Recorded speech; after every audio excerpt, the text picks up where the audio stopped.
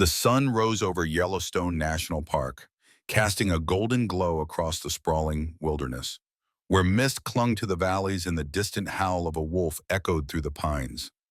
Henry, a man whose weathered face told stories of decades spent under this vast sky, climbed into his old truck, the engine coughing to life with a familiar sputter.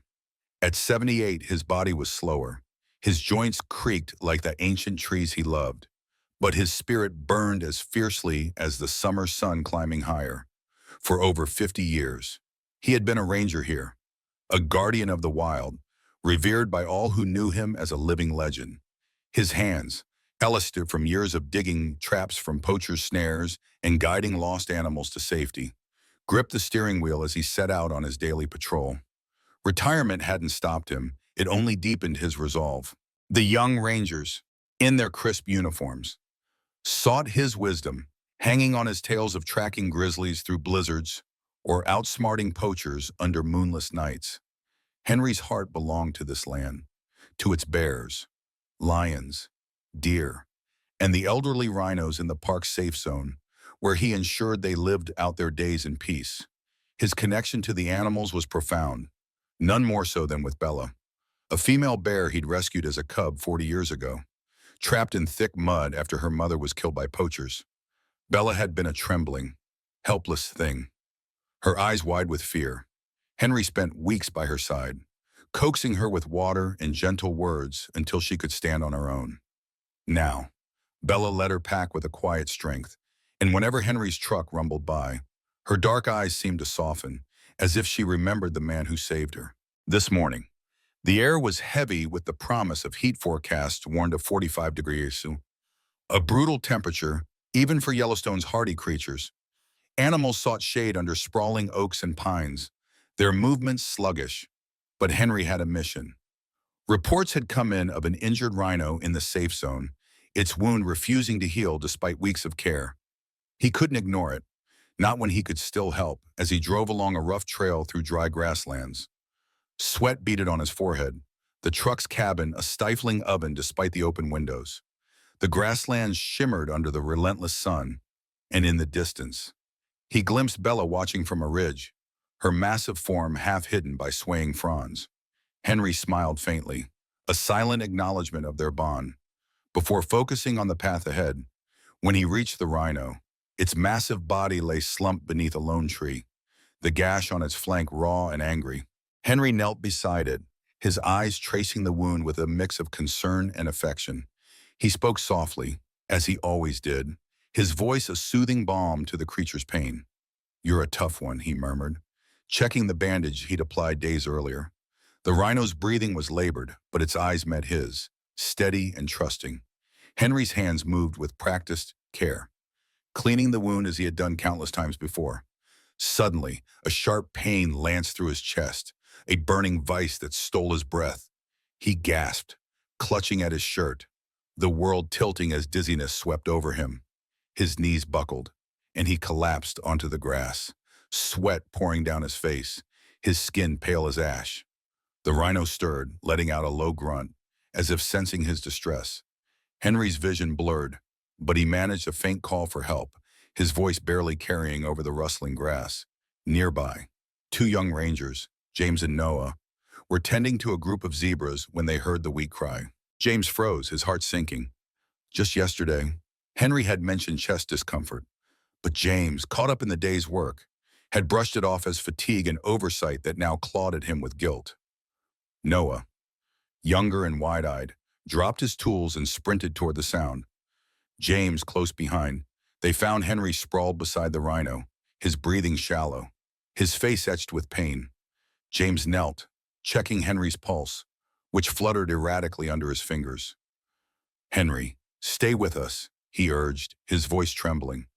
Noah fumbled through Henry's pack, searching for heart medication, but found nothing. Henry, in his haste to reach the rhino, must have forgotten it. James radioed for help, his voice cracking as he called for an ambulance. The park's rhythm halted. Rangers across the grasslands dropped their tasks, converging on the scene as the emergency vehicle's siren wailed in the distance. Bella, still watching from the ridge, let out a low bellow, her head lowered as if she understood. The ambulance arrived in a cloud of dust, medics rushing to Henry's side. James held Henry's hand, calling his name, begging him to hold him as they loaded him onto a stretcher.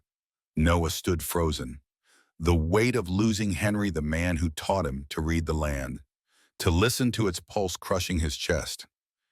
Henry's eyes flickered, meeting James's for a fleeting moment before they closed, his breathing faltering as the ambulance sped toward the park's medical room.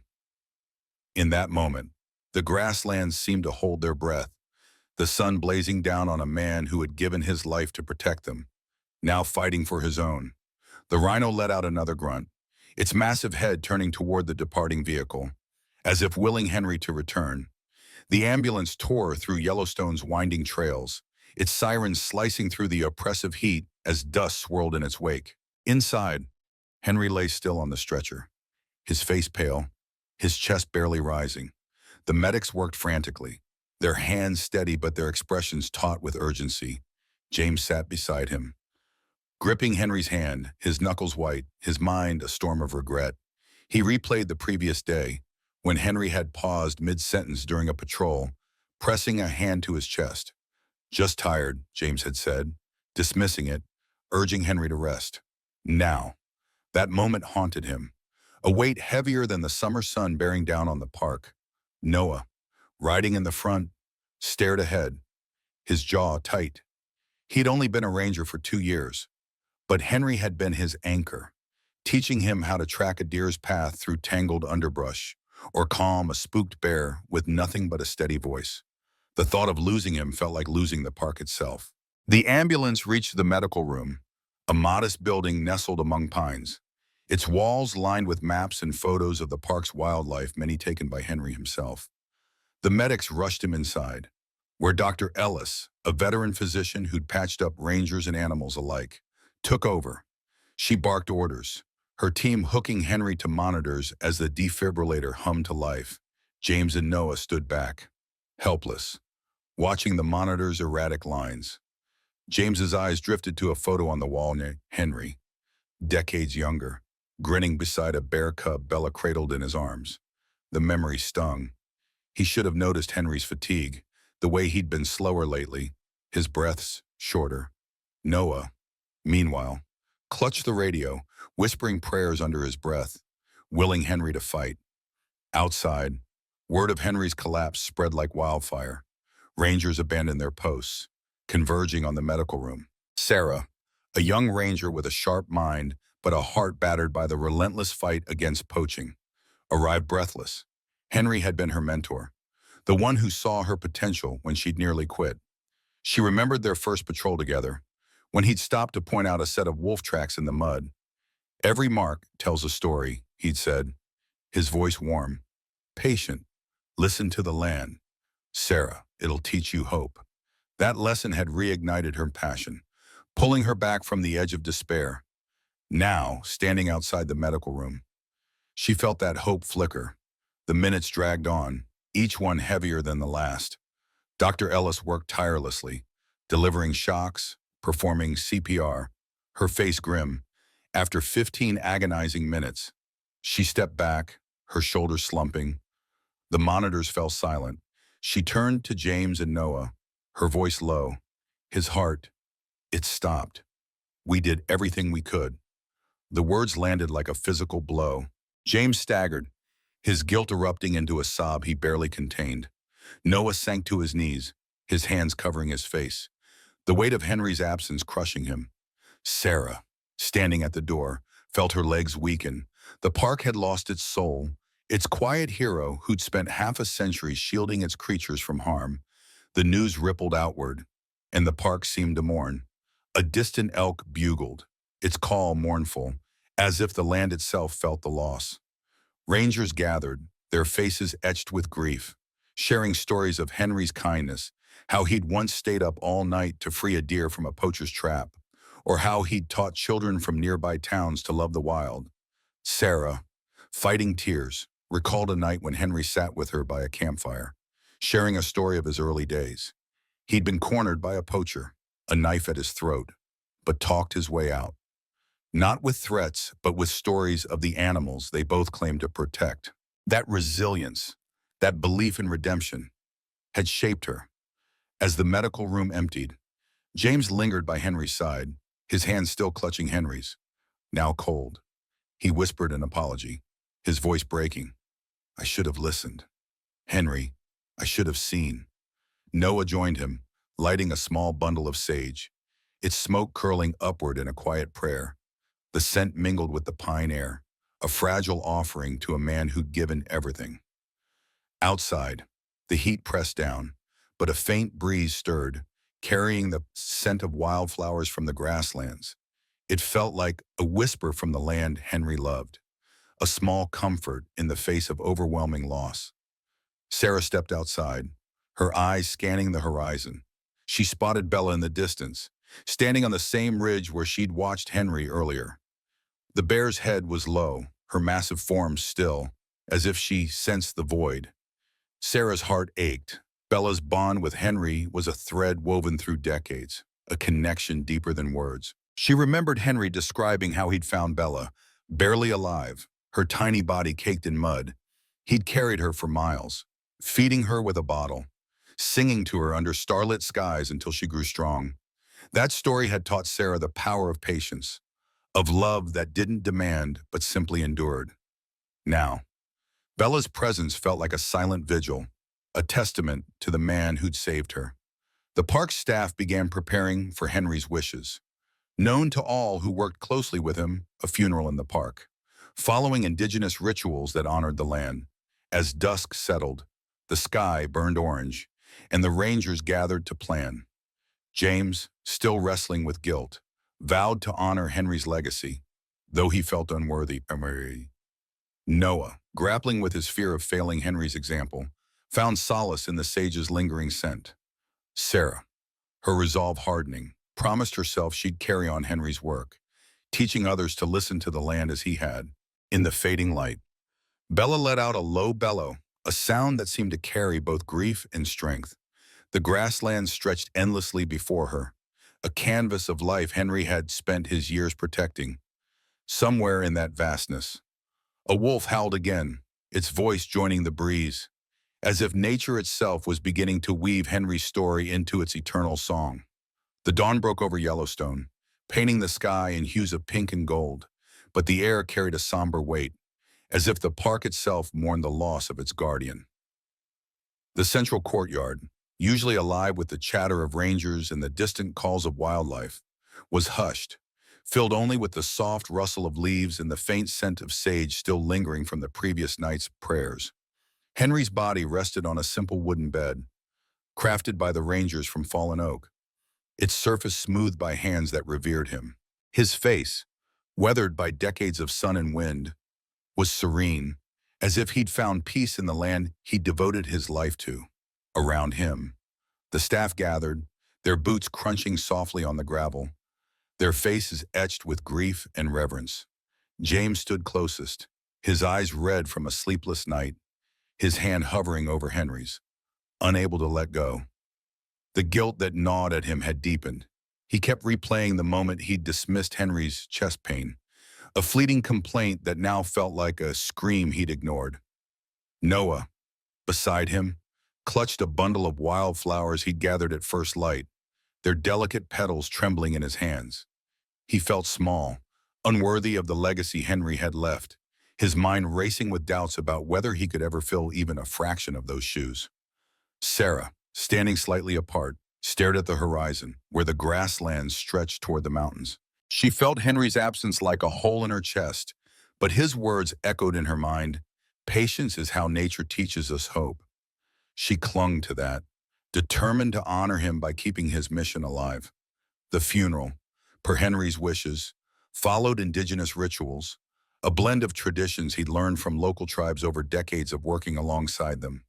An elder, Mary Two Rivers, stood at the head of the wooden bed, her voice steady as she chanted a prayer to the spirits of the land, her hands raised to the sky. She spoke of Henry as a bridge between man and nature, a soul who walked with the animals and listened to the earth's heartbeat. Incense burned, its smoke curling upward, mingling with the morning mist. The Rangers, many of whom Henry had mentored, formed a circle, their heads bowed. Some wept openly, others stood in stoic silence, their respect a quiet offering.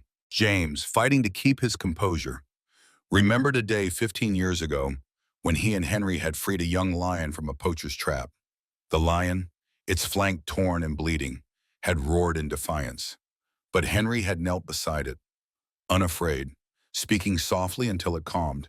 They'd worked for hours to cut the cruel metal, and when the lion finally limped free, it had turned to Henry, its golden eyes locking with his, as if in gratitude. That memory, vivid and raw, brought fresh tears to James's eyes. He whispered, "I'm sorry." Henry, his voice barely audible, a plea for forgiveness he'd never hear, answered. Noah, meanwhile, thought of the first time Henry took him to the safe zone, where elderly animals lived out their days. Henry had pointed to a rhino, its horns scarred from battles long past, and said, "They carry their stories in their scars, just like us. Respect them, and they'll teach you." Noah had been awestruck by Henry's ability to see the soul in every creature, and now standing by his body, he felt the weight of carrying that vision forward. Sarah's mind drifted to a stormy night when Henry had shown her a bear pack enduring a downpour, their fur matted but their resolve unbroken. "They don't fight the storm," he'd said. "They wait, together." That's strength. That lesson had steadied her through her own doubts, and now it fueled her resolve to protect Yellowstone as fiercely as he had. Suddenly, a deep roar shattered the silence, rolling across the courtyard like thunder. Heads turned, and a collective gasp rose as a large male lion emerged from the grasslands, its mane catching the morning light. A jagged scar ran across its flank, the same lion James and Henry had saved years ago. It moved with slow, deliberate steps, its golden eyes fixed on the wooden bed. Moments later, Bella appeared, her massive form lumbering from the opposite direction, her dark fur glinting as she approached. The crowd parted, a mix of awe and fear rippling through them. Bella's snout brushed the edge of the wooden bed, a gentle, almost tender gesture, as if she were saying goodbye. The lion stood beside her, its head lowered, and for a moment, the two animals stood in silent vigil, their presence a powerful testament to Henry's bond with the wild. James's breath caught, recognizing the lion's scar, the memory of that long-ago rescue flooding back.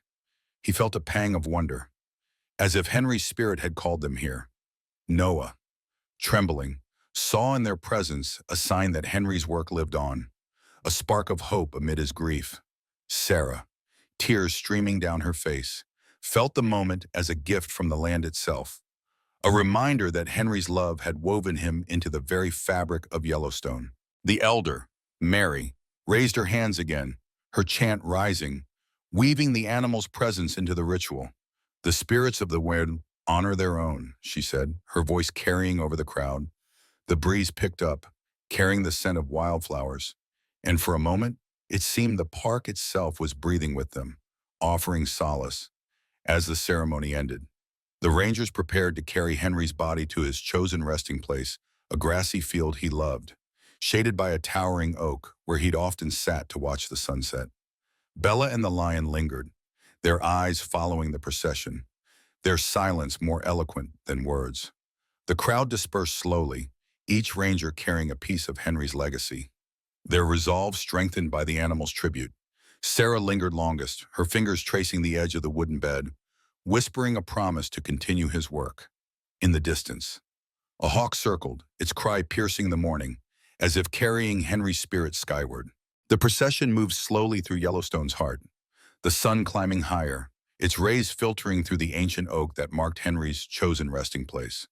The Rangers carried the wooden bed with reverence, their steps measured, as if each one honored the decades Henry had walked these trails. His body, draped in a simple cloth woven with patterns of leaves and rivers, seemed almost part of the landscape, as if the land itself claimed him. James led the group, his shoulders hunched under the weight of guilt, his eyes fixed on the grassy field ahead. He could still feel the phantom grip of Henry's hand, cold in the medical room, and the memory of his own failure to heed Henry's pain gnawed relentlessly. Noah followed, clutching the wildflowers he'd gathered, their vibrant colors a stark contrast to the grayness in his heart.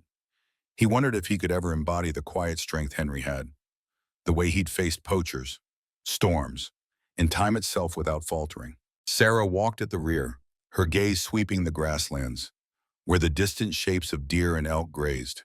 Unaware of the void left by their guardian, she recalled Henry's voice, steady and warm, telling her, "The land doesn't belong to us. We belong to it. Protect it, and it'll protect you." Those words now felt like a charge, a mantle she was determined to carry. The elder, Mary Two Rivers, walked beside them, her presence grounding, her soft chants weaving a thread of continuity between the living and the land. Behind the procession, Bella and the scarred lion trailed at a respectful distance, their massive forms moving with the grace that belied their power. Bella's eyes, dark and knowing, seemed to follow the wooden bed, while the lion's scarred flank gleamed in the sunlight, a living testament to Henry's courage. The Rangers reached the field, a wide expanse of grass framed by mountains, where Henry had often sat, his old thermos of coffee in hand, watching the sun dip below the horizon. The oak stood sentinel, its branches sprawling like arms outstretched to embrace the sky. The Rangers set the wooden bed beneath it, and Mary began the final ritual, sprinkling sage ash over the earth, her voice rising in a prayer that called to the spirits of the wind, the rivers, and the creatures Henry loved. The air grew still, the heat of the day softening as a cool breeze swept through, carrying the sweet scent of wildflowers. James knelt by the bed, his fingers brushing the cloth over Henry's chest. He whispered, "You saved so many. Henry, I should have saved you." His guilt was a living thing, twisting inside him. But as he spoke, he remembered a moment years ago when Henry had clapped a hand on his shoulder after a long day. "Mistakes don't define you, James," he'd said. "What you do next does." Those words, simple yet profound, stirred something in James, a resolve to honor Henry not with regret, but with action. Noah, placing the wildflowers gently on the bed, felt his doubts shift. He thought of Henry teaching him to read the faint scratches of a cougar's claws on a tree, explaining how every mark was a story of survival. Noah vowed silently to learn those stories, to listen to the land as Henry had, even if his steps felt unsteady now. Sarah, standing by the oak, felt her grief transform into purpose. She remembered a day when Henry had taken her to see a herd of elk weathering a blizzard, their heads bowed against the wind. They endure because they must, he'd told her, so do we. That lesson now anchored her, a reminder that her work against poaching, however daunting, was a fight worth enduring. As the Rangers began to dig the grave, their shovels biting into the soft earth, Bella and the lion drew closer, stopping just at the edge of the field. Bella let out a low, mournful bellow, her massive head tilting as if in farewell. The lion roared, a deep, resonant sound that rolled across the grasslands, startling a flock of flamingos in the distance. The birds took flight, their wings catching the sunlight in a radiant arc, a fleeting moment of beauty that felt like Henry's spirit rising. The Rangers paused, their shovels still, moved by the animal's presence. Mary nodded, her eyes gleaming with understanding. "The wild honors him," she said, her voice carrying a quiet authority. "They know his heart." The grave was finished, a simple stone placed at its head, engraved with Henry, 50 years of service. The Rangers lowered the wooden bed into the earth, each movement deliberate, a final act of love, as they covered the grave with soil. The breeze grew stronger, rustling the oak's leaves, and a single wildflower, its petals of vivid purple, swayed beside the stone. Sarah knelt, touching the flower gently, her heart swelling with the thought that the land itself was mourning Henry, yet also celebrating him. James, wiping sweat from his brow, looked at the grave and felt a shift within him. His guilt would never fully fade, but he could channel it into protecting the park, into being the ranger Henry believed he could be. Noah, standing beside him, felt a spark of courage, inspired by the animal's tribute. If Bella and the lion could honor Henry in their silence, he could honor him in his actions, however small they seemed. Sarah, Rising to her feet, made a silent promise to start a program in Henry's name, one that would teach children to love and protect the wild as he had. As the ceremony ended, the rangers dispersed, their steps heavy but their purpose renewed. Bella and the lion lingered, their eyes fixed on the grave, then turned slowly, disappearing into the grasslands. The flamingo's arc faded against the sunset, and the park settled into a quiet rhythm, as if carrying Henry's legacy forward in its every breath. Sarah glanced back at the oak, the wildflower still swaying, and felt Henry's presence in the land he loved, urging her to keep fighting. The sun dipped low over Yellowstone, casting a warm amber glow across the grasslands, where the oak stood sentinel over Henry's grave, its branches swaying gently in the evening breeze. The park had resumed its rhythm, but a quiet reverence lingered, as if the land itself carried the weight of Henry's absence. The wildflower by the grave, its purple petals vibrant against the stone, seemed to pulse with life, a silent promise that Henry's spirit endured. Sarah stood alone by the oak, her fingers tracing the engraved words, Henry, soul of Yellowstone, forever enduring. The funeral had ended hours ago, but she couldn't leave. She thought of Henry's lessons, his stories of the land's resilience, and how he'd taught her to find hope in the wild's unyielding heart. She'd spent the day sketching plans for Henry's legacy, an education program to teach local children about conservation, to instill in them the love for the park that Henry had lived by. The idea felt like a spark, a way to keep his light burning. As she stood there, Bella appeared on the horizon, her massive form moving slowly toward the grave, her dark eyes glinting in the fading light. Beside her, the scarred lion padded silently, his mane catching the sunset's fire.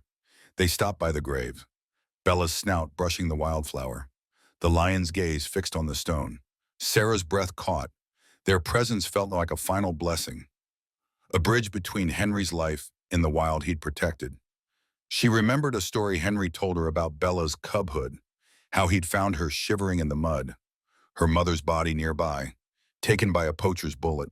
He'd spent nights singing to her, his voice rough but kind, until she trusted him enough to follow. That bond, forged in patience and love, had made Bella the leader she was, and now her vigil at the grave spoke of a gratitude deeper than words. The lion, too, carried Henry's touch, freed from a trap by Henry and James, its scar a badge of survival. Sarah felt tears prick her eyes, not just for loss, but for the beauty of a man whose love had woven him into the very soul of the wild. James approached, his steps heavy, his face etched with the guilt that still clung to him. He'd spent the day walking the trails Henry loved, replaying their years together. He remembered a winter when Henry had led him through a blizzard to save a stranded deer, his lantern cutting through the snow like a beacon. "Keep moving forward," Henry had said, his voice steady despite the cold. That memory now fueled James's resolve. He knelt by the grave, placing a small stone beside the wildflower. Quiet vow to protect the park as Henry had. "I'll make it right," he whispered, not to the grave, but to himself, a promise to let action heal his regret. Noah joined them, his hands clutching a notebook where he'd begun jotting down Henry's lessons, how to read the wind shift, how to spot a poacher's trace in the grass. He'd always felt small next to Henry, but today, seeing Bella and the lion, he felt a spark of courage. Henry had once told him about a time he'd faced a charging bear, standing his ground not with a weapon, but with a calm gaze, earning its respect. "The wild trusts those who trust it," Henry had said. Noah vowed to earn that trust, to grow into the ranger Henry believed he could be. The trio stood together, their silence a shared tribute, each grappling with grief but finding strength in the land Henry loved. The park staff had paused all activities for the day, a rare gesture of mourning, and rangers had placed wildflowers by the grave, their colors a mosaic of love.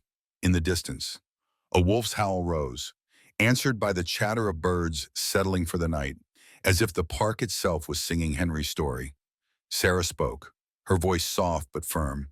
"He'd want us to keep going, to teach others what he taught us." She shared her vision for the education program, imagining children learning to track animals, to understand the delicate balance of the wild. James nodded, his guilt easing as he saw a path forward. "We'll build it together," he said, his voice steady for the first time since Henry's collapse. Noah, inspired, added, "We'll tell his stories. Every kid should know who Henry was." The idea took root, a collective promise to carry Henry's legacy beyond the grave. As the sun sank, painting the sky in streaks of crimson and gold, a flock of flamingos soared overhead, their wings forming a radiant arc, echoing the one from the funeral. Bella let out a low bellow, the sound blending with the lion's resonant roar, a duet of farewell that echoed across the grasslands. Sarah felt a chill, as if Henry's spirit rode that breeze, urging them forward. She remembered a moment when Henry had shown her a bear pack after a fire, their fur singed but their steps sure. "The wild heals," he'd said. "It always finds a way. Now." That truth anchored her, a reminder that Yellowstone would endure, just as Henry had.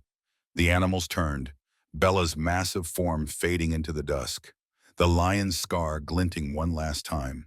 Sarah, James, and Noah lingered, their hearts heavy but resolute.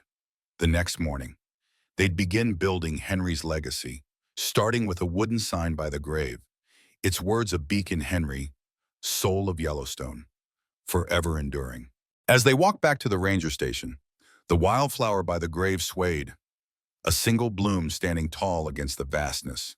In the final moments, the camera panned across the park, capturing the sweep of grasslands, the glint of a river, the shadow of a bear pack moving in the distance. Bella's bellow echoed once more, joined by the lion's roar, a sound that seemed to carry Henry's love into eternity. A caption appeared: "To the guardians of nature. They live forever in the heart of the wild." The screen faded to black, leaving only the sound of the wind, whispering through the oak, as if Henry himself were still there, watching over his beloved Yellowstone.